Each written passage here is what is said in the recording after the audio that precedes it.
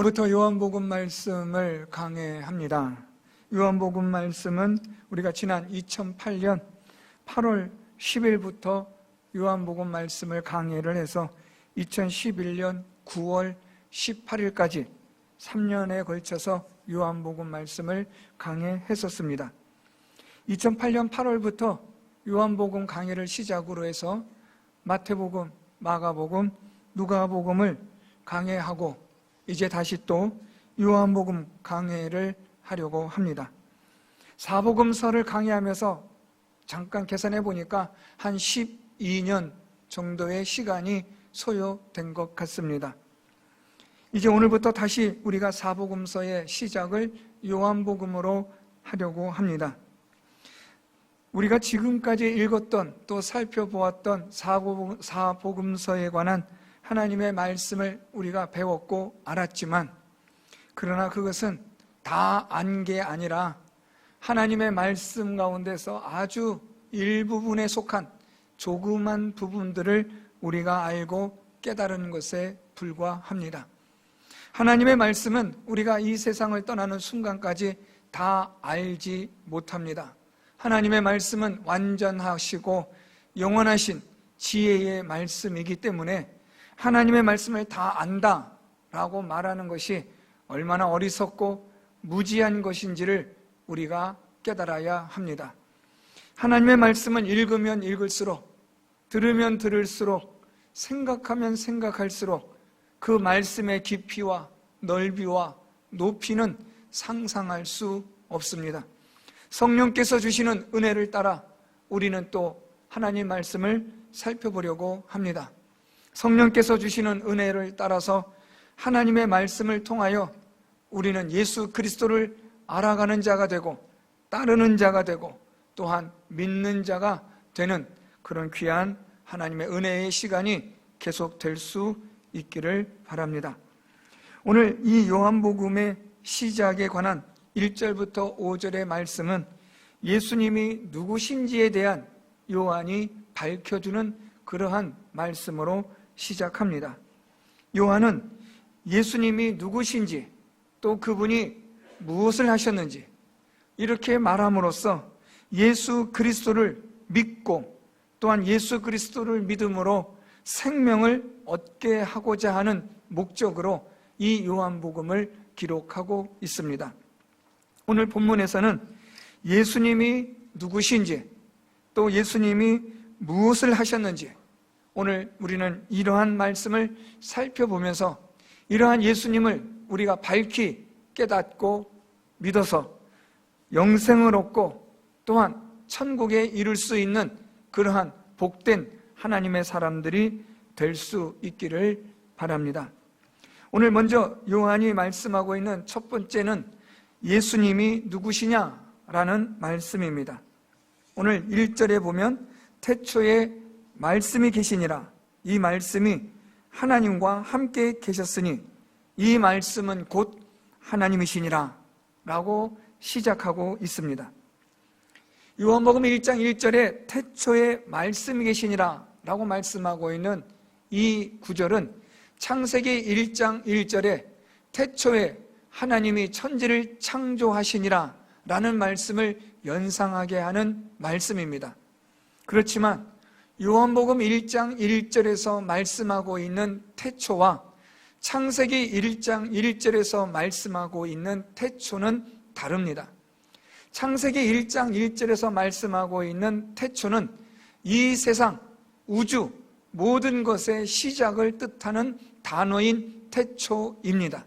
그래서 창세기 1장 1절 말씀을 다시 설명하면 이 세상의 시작, 이 세상의 모든 것은 하나님이 창조하셨다라는 것으로 이해하시면 됩니다. 그런데 요한복음 1장 1절에서 말씀하고 있는 이 태초는 창세기 1장 1절에 이 세상의 시작을 뜻하는 태초가 아니라 요한복음 1장 1절의 태초는 영원 전을 뜻하는 태초를 말합니다.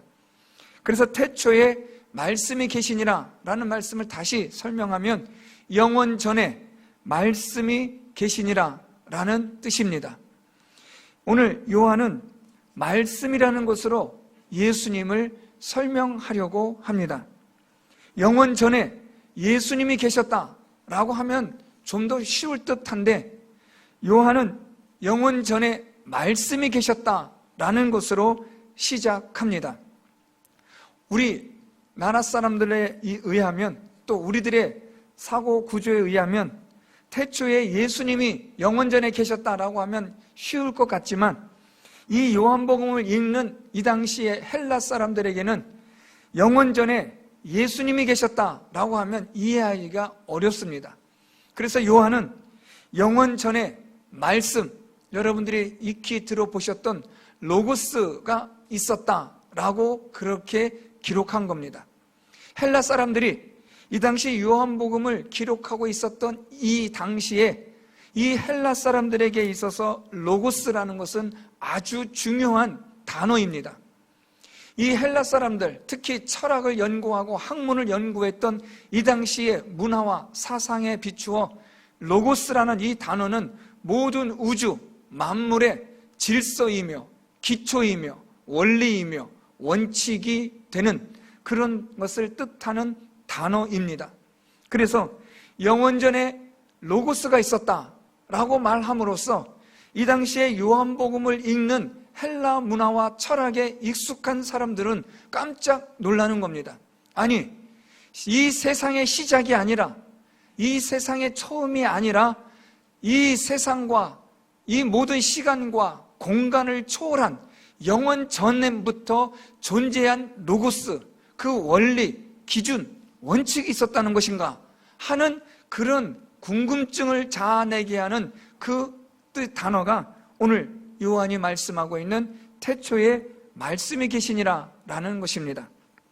뿐만 아니라 이 영원전에 로고스가 계셨는데, 이 계시다라는 이 헬라어는 영원전부터 영원까지 있다라는 뜻의 의미를 가진 단어입니다. 그래서 태초에 말씀이 계시니라를 다시 번역해서 설명하면 영원전부터 로고스가 영원까지 계신다라는 뜻이 됩니다. 자, 그런데 이 로고스에 대해서 오늘 요한은 이것이 이 당시 헬라 사람들이 헬라 철학에 의해서 그들이 알고 있는 단순한 만물의 기준, 이 세상의 법칙, 원리, 이것을 뜻하는 게 아니라 이 로고스는 아주 인격적인 존재다라는 것을 말하고 있습니다. 그것이 두 번째 요한의 진술인데요. 이 말씀이 영원전부터 영원까지 계시는 이 말씀이 하나님과 함께 계셨다라고 두 번째 요한이 말하고 있습니다. 단순히 그냥 로고스 하면은 어떠한 원칙, 법칙, 질서 이것만을 생각했던 이 헬라 사람들이, 그런데 이 로고스가 하나님과 함께 계셨다라는 말을 듣는 순간 충격에 빠지는 겁니다. 아니, 원칙이 되고 법칙이 되고 어떠한 만물의 기준이 되는 그것이 어떻게 교제할 수 있느냐, 함께 할 수 있느냐라는 생각을 들게 하는 겁니다. 말씀이 하나님과 함께 계셨다. 여기서 이 하나님과 함께하다라는 이 말은 하나님과 교제하다, 하나님과 친교를 나누다, 인격적인 교제를 누리다라는 뜻입니다. 그래서 오늘 요한은 영원전부터 영원까지 로고스가 있었는데, 이 로고스는 하나님과 교제하는 인격적인 계시자다, 인격적인 기준이 되고 원칙이 되고 그것을 이 만물에게 계시하여 주는 자다라는 것을 요한은 밝히고 있습니다. 이제 마지막 요한이 강조하고 싶은 것은, 자, 따라서 이 하나님과 교제하셨던 이 인격적인 로고스가 그러면 누구냐? 그는 바로 하나님이시라. 마지막 1절 하반절에 이 말씀은 곧 하나님이시니라 라고 그렇게 요한은 말하고 있습니다. 요한의 말을 다시 정리하면 이렇습니다. 영원전부터 영원까지 말씀이 계셨다. 그런데 이 말씀은 사람에게 계시하시고 하나님의 뜻, 하나님의 계획을 알려주시는 인격적인 하나님이 되시고, 이분은 곧 인격적인 우리 하나님이 되신다 라는 것을 요한은 말해주고 있습니다. 오늘 1절에서 요한은 예수님이 누구신지를 지금 설명하려고 로고스, 말씀이라는 것으로 지금 사람들에게 예수님에 대하여 설명하고 있습니다. 이제는 이 말씀이 어떤 일을 하셨는지를 요한은 말하고 있습니다. 우리 3절 말씀에 만물이 그로 말미암아 지은 바 되었으니 지은 것이 하나도 그가 없이는 된 것이 없느니라. 이제 이 로고스이신 이 말씀이 영원전부터 영원까지 하나님과 함께 계셨고 또한 하나님이 되신 이 로고스이신 이 말씀이 이 만물을 창조하셨다, 지으셨다. 이 로고스 없이는 이 만물이 어떤 것도 존재할 수 없다라는 것으로 말하고 있습니다. 다시 말하면 이 예수님은 이 세상을 창조하신 그러한 하나님이 되신다라는 말입니다. 창세기 1장의 말씀과 함께 우리가 병행해서 살펴보면 이 세상 천지 만물을 성부 하나님께서 창조하시는데 예수 그리스도를 통하여 창조하셨다라는 말씀입니다. 다시 말하면 하나님께서는 예수 그리스도를 창조의 중보자로 삼으셔서 이 세상을 만물을 창조하셨다라는 말씀입니다. 성부 하나님께서 계획하시고 작정하시고 예정하신 이 모든 것을 성자 예수 그리스도께서 이 모든 것들을 이루셨다라는 말씀입니다. 이러한 창조의 중보자 되신 예수님은 단순히 만물을 창조하신 분이 되실 뿐만 아니라 이분은 우리의 이 세상으로부터 사망과 죄로부터 구원하시는 구원의 중보자가 되신다는 것도 말씀하고 있습니다. 이제 이런 내용을 오늘 요한은 1절부터 5절 말씀을 통해서 압축해서 선언한 후에 이제부터는 6절부터는 요한복음 마지막 말씀까지 이것을 풀어서 설명해 나갑니다. 그래서 오늘 요한은 예수님이 누구신지 그리고 그분은 무엇을 하셨는지를 말한 후에 이제 세 번째로 이 예수님이 좀 더 이 땅에 오셔서 어떤 일을 하셨는지를 말씀하고 있습니다. 4절 말씀에 그 안에 생명이 있었으니 이 생명은 사람들의 빛이라. 자, 이제 이 예수께서는 영원전부터 영원까지 하나님과 함께 계셨던 또한 하나님이 되시고 이 천지 만물을 창조하시고 또한 구원의 중보자가 되시는 이 예수님 안에 생명이 있었다라고 말씀합니다. 이 예수님 안에 무엇이 있느냐? 생명이 있다라는 말입니다. 이 생명은 단순한 우리의 이런 생명이 아니라 영원한 생명을 말합니다. 이 예수 그리스도 안에, 이 하나님 안에, 이 천지 만물을 창조하신 이 예수 그리스도에게는 영원한 생명이 있는데, 그런데 이 생명은 4절 하반절에 사람들의 빛이라 라고 다시 또 설명합니다. 자, 여러분, 지금 요한이 예수님에 대해서 두 가지 단어를 통해서 설명하고 있음을 우리는 보고 있습니다. 첫째로 예수님에 대해서 설명할 때 태초에 예수님이 계시니라 라고 말씀하지 않고 로고스라고 말씀이 계셨다라고 말씀으로 예수님을 설명합니다. 이제는 두 번째로 예수님을 설명하는데 이 예수님 안에는 이 예수님에게는 영생이 있는데 그런데 이 영생은 이 생명은 사람들의 빛이 된다라고 말합니다. 예수님은 무엇이냐? 그분은 우리에게 말씀이 되실 뿐 아니라 우리의 빛이 되신다라는 겁니다.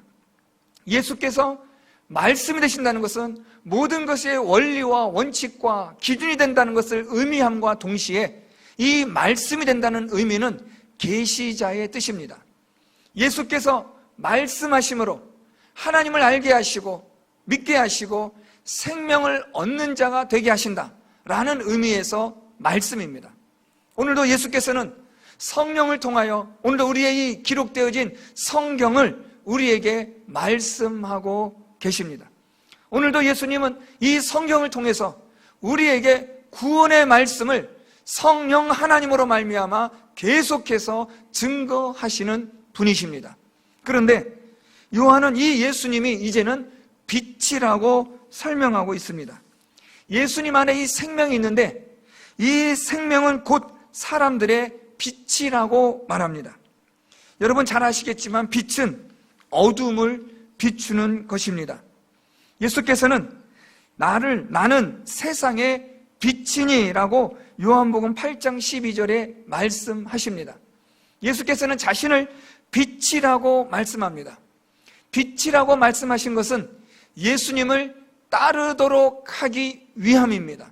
여러분, 캄캄한 어둠 속에서 한 줄기 빛을 발견하셨다면 우리는 그 빛으로 나아가게 됩니다. 빛은 우리를 인도하는 역할을 감당합니다.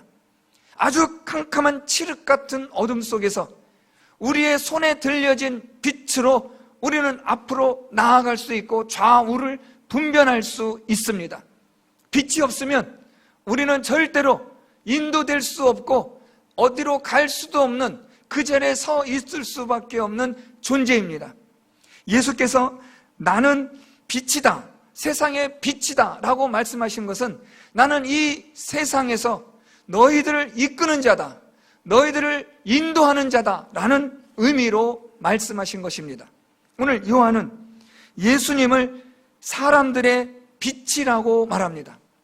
빛은 어디론가 인도합니다. 어디론가 이끌어갑니다. 그런데 어디로 인도하고 이끄는 빛이냐? 생명으로 인도하는 빛이다 라는 말입니다. 그래서 이 생명은, 그리스도 안에 있는 이 생명은 사람들의 빛이 되어 사람들을 생명으로 인도하게 하여 예수를 따르게 한다는 말입니다.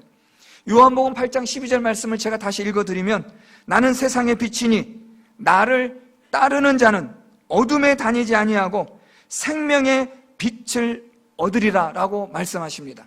우리가 빛이 되신 예수님을 따름으로 우리는 생명을 얻게 된다는 말입니다.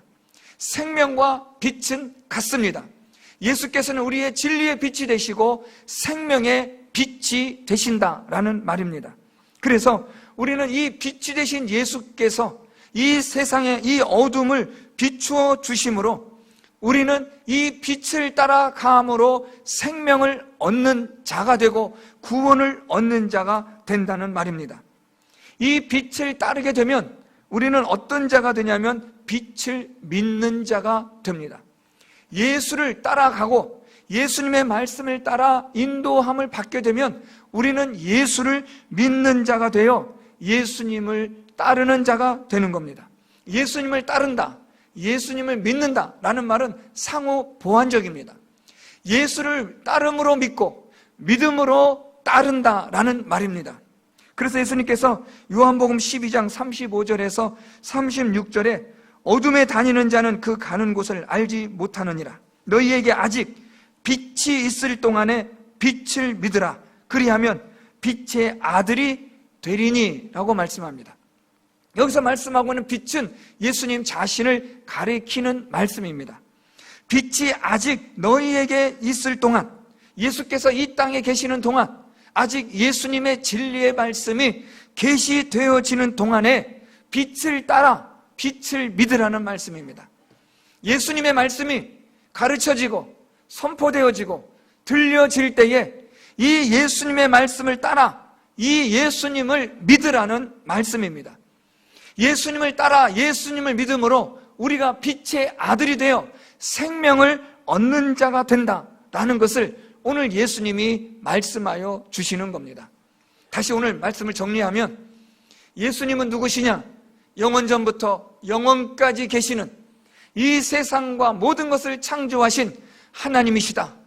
이 예수 그리스도께서 하나님 되시는 이 예수님이 그 안에 생명이 있고 사람들의 빛이 되셔서 어둠을 비추는 자가 되신다라는 것입니다.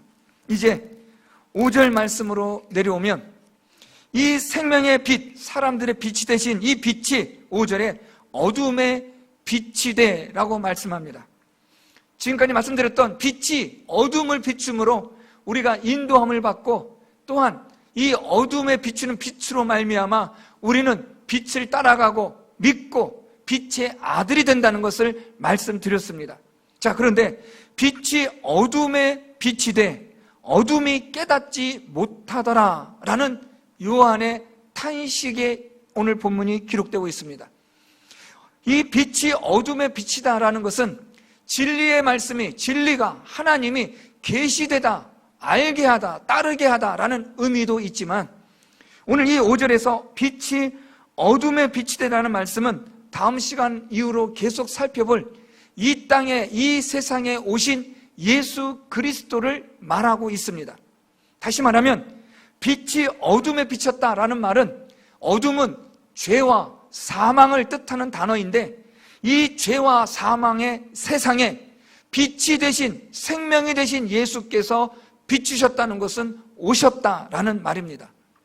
5절 말씀을 정리하면 빛이 어둠에 빛이 되라는 말은 빛이 되신 예수께서 이 어둠, 죄와 사망의 세상에 오셨다라는 말입니다. 예수께서 이 죄와 사망의 세상에 오셔서 하나님을 비춰주시고 하나님의 말씀으로 구원을 말씀하여 주시고 가르쳐 주심으로 예수를 따르게 하고 예수를 믿는 자가 되게 하여 빛의 아들, 하나님의 아들, 생명을 얻는 자가 되게 하셨다라는 말씀입니다.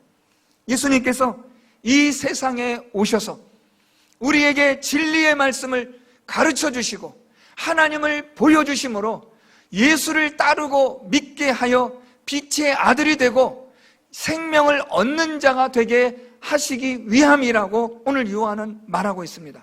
문제는 이 예수께서 세상에 오셨으나 어둠이 깨닫지 못하더라라는 겁니다. 빛이 세상에 오셨고 빛이 어둠 가운데 오셔서 어둠을 밝혀주는데, 왜 이 어둠은, 죄와 사망은 빛이 되신 예수를 깨닫지 못하느냐라는 것입니다. 요한복음 12장 35절에 예수께서 이르시되 아직 잠시 동안 빛이 너희 중에 있으니 빛이 있을 동안에 다녀 어둠에 붙잡히지 않게 하라고 예수께서 말씀합니다. 왜 사람들이, 왜 죄와 사망에 있는 자들이 빛으로 생명으로 오신 예수를 깨닫지 못하는가 하면 어둠에 붙잡혀 있기 때문입니다. 어둠에 붙잡혀 있다라는 이 말은 어둠의 일을 하고 있기 때문이라는 말입니다. 이 어둠의 일은 로마서 13장 12절, 에베소서 5장 13절에서 말씀하고 있는 그 어둠의 일로서 정욕을 위하여 육신의 일을 도모하며 살아가는 것을 말합니다. 다시 말하면 예수께서 이 세상에 빛으로 생명으로 오셨습니다. 하나님이 이 세상에 오셨습니다. 당연히 모든 이 세상의 사람들은 창조주이신 하나님, 영원전부터 영원까지 계시는 그 하나님, 이 세상을 창조하신 하나님을 당연히 영접하고 따르고 믿어야 하는데 깨닫지 못하는 겁니다. 예수께서 하나님 되심을 깨닫지 못하고 예수께서 천지 만물을 창조하신 창조주이심을 깨닫지 못하고 구원의 구속자가 되심을 깨닫지 못하는 겁니다. 왜요? 어둠에 붙잡혀 있기 때문에요. 어둠의 일에 속하여 있기 때문에 모든 정신이 이 육신의 일을 도모하고 세상의 일을 하는 일에 여기에 다 빼앗겨 버린 겁니다. 여기에 집중하고 있는 겁니다. 그러니까 그 무엇이 와도, 하나님이 오셔도 하나님을 깨닫지 못하는 겁니다.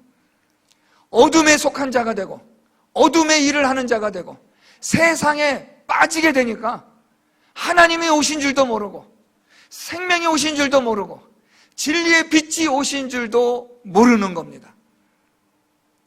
모르니까 무시하는 겁니다. 여러분, 모르면, 무지하면 무시합니다. 별 볼 일 없는 사람, 좀 모자라 보이는 사람처럼 보이는데 우리는 그래서 그 사람을 무시하는데, 알고 보니까 그 사람이 갑부였다, 위대한 수학자였다, 철학자였다. 이런 일을 우리 가끔씩 듣게 됩니다. 그렇지 않았는데, 그렇게 보이지 않았는데, 알고 보니까 대단한 사람이었던 겁니다. 무지하면 무시합니다. 모르니까 무시하는 겁니다. 무식하면 용감합니다. 자기가 옳은 줄 아는 겁니다. 자기가 전부인 줄 알고 자기가 최고인 줄 아는 겁니다. 무인격으로 살아갑니다. 이 세상의 것에 빠지고 이 세상의 죄악된 일에 빠지고 세상 일과 육신의 일을 도모하다 보니까 예수에 대해서, 하나님에 대해서 알지 못하는 겁니다. 알지 못하니까 무시하는 겁니다. 저 필요 없어. 저거 쓸데없어. 허튼 짓 하는 거야. 예수를 알지 못하고 성경을 알지 못하니까 하나님을 무시하고 예배를 무시하고 교회를 무시하는 겁니다. 물론 코로나 바이러스로 인해서 교회가 잘못한 일도 있습니다. 한편으로는 저는 그렇지만 속상합니다. 왜 교회만 20% 지켜야 되고 30%를 지켜야 됩니까? 다른 데는요? 여러분 마트 가셔서 우리 20% 지킵니다, 30% 지킵니다 보셨습니까? 우리 교회 입구에 시에서 행정명령이 내려와서 우리 예배를 드리는 사람 20%, 2단계 20%에 따라 우리 교회는 몇 명 예배 드립니다라는 걸 붙여야 한답니다. 그래서 붙였습니다. 해야죠. 나라에서 법으로 하라니까 하는 겁니다. 예, 합니다. 하려면 공평하게 형평성 있게 해야죠. 백화점은, 대형마트는 20%, 30% 말도 하지 않고 교회에 와서 마스크 쓰고 예배만 드리고 돌아가는 교회는 20% 지켜야 되고 30% 지켜야 되고, 개척교회 같은 경우는 20명, 30명 넘으면 안 된다고 제한을 하는, 정말 답답한 마음이 있습니다. 그런데 저는 이 말씀 준비하면서 이런 생각했습니다. 모르니까, 무지하니까, 하나님을 알지 못하니까 교회를 무시하고 예배를 무시하는 거죠. 사랑하는 성도 여러분, 빛이 이 세상에 오셨고 하나님이 이 세상에 오셨습니다. 요한이 말하고 있는 게 뭡니까? 영원전부터 영원까지 계시는 하나님, 말씀이 되시고 사람에게 계시하시고 구원으로 생명으로 인도하시는 창조주이신 하나님, 그분이 이 세상에 오셨으나 사람들이 깨닫지 못하더라. 왜요? 죄악된 일에, 세상 일에 빠져 있어서 보지 못하고 듣지 못하고 무지해지는 겁니다. 무지하니까 예수님을 무시합니다. 알지 못하니까 교회를 무시하고, 알지 못하니까 복음을 무시합니다. 그런데 교회 밖은 그렇다 칠 수 있습니다. 교회 안에서 예수를 믿는다고 하면서 하나님을 무시하고 복음을 무시하고 그런 일들이 얼마나 많이 일어나고 있습니까? 제가 이런 말씀드리면 우리는 그러지 않았는데요 하고 생각하실지 모르나, 우리가 예수를 무시하고 하나님을 무시하는 것은 하나님을 따르지 않고 믿지 않으면 무시하는 겁니다. 여러분, 가정에서 자녀들에게 이렇게 해라 하고 말했는데 자녀들이 순종하지 않습니다. 그것은 무시하는 겁니다. 하나님이 말씀하셨는데 하나님 말씀에 따르지 않으면, 순종하지 않으면 하나님을 무시하는 거죠. 우리는 얼마나 많이 하나님을 무시하고 있습니까? 왜요? 무지하니까요. 하나님을 알지 못하니까, 예수를 알지 못하니까, 성경을 알지 못하니까 하나님을 무시하고 복음을 무시하고 성경을 무시하고 교회의 모든 것들을 무시하는 마음이 우리 안에 있는 겁니다. 우습게 생각합니다. 세상의 돈보다도, 세상의 권력보다도 교회는 3순위, 4순위, 5순위로 밀려납니다. 왜요? 무지하니까요. 하나님이 이 세상에 오셨지만, 빛이 어둠에 비치고 하나님이 이 땅에 성육신하셨지만 어둠이 깨닫지 못하더라. 저는 오늘 이 말씀을 통해서 우리 성도 여러분들에게 예수 그리스도가 깨달아지고 믿어지는 은혜가 있기를 진심으로 소망합니다. 하나님의 이 말씀이 깨달아지시고 이 말씀을 따라 빛이 되신 예수님을 믿고 빛의 아들이 되고 생명을 얻는 우리 성도 여러분들이 될 수 있기를 바랍니다.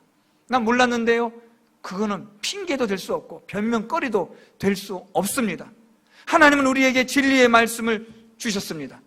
이 말씀을 또한 계시하시기 위하여 예수 그리스도께서 이 세상에 오셨습니다.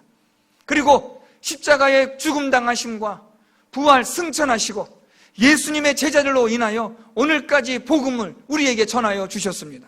난 그건 모르는데요, 알지 못하는데요 라는 것에 대해서는 그 책임은 우리가 감당해야만 하는 겁니다. 우리에겐 말씀이 있고 우리에겐 하나님의 계시된 말씀이 이 손에 들려져 있습니다. 이제 이 말씀을 우리가 따르지 않고 믿지 않으면 그 책임은 고스란히 우리에게 있는 겁니다. 하나님의 말씀이 깨달아지고 믿어져서 예수를 따르고 예수를 믿는 여러분들이 되시고 빛의 아들이 되고 예수님의 생명을 누리는 우리 모든 성도 여러분들이 될 수 있기를 바랍니다. 육신의 일, 세상의 일 이제 그만하십시오.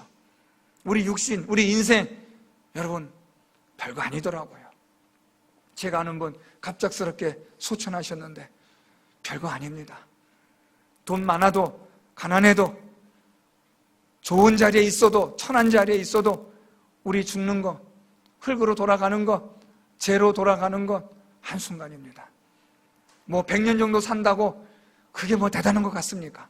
80 넘어가고 90 넘어가 보십시오. 우리 성도 여러분들, 연로하신 분들 잘 아시겠지만 힘 빠지고 진 당하고 기억력 쇠퇴하다 보면 차라리 이렇게 사는 것보다 힘있게 살다가 하나님 앞에 서는 게 더 낫겠다라는 생각, 간절할 때가 얼마나 많습니까? 세상 일, 육신의 일 이제 그만 들여다보시고 영적인 일을 위해서, 하나님의 영원한 진리를 위해서 이제는 좀 성경을 들여다보십시오.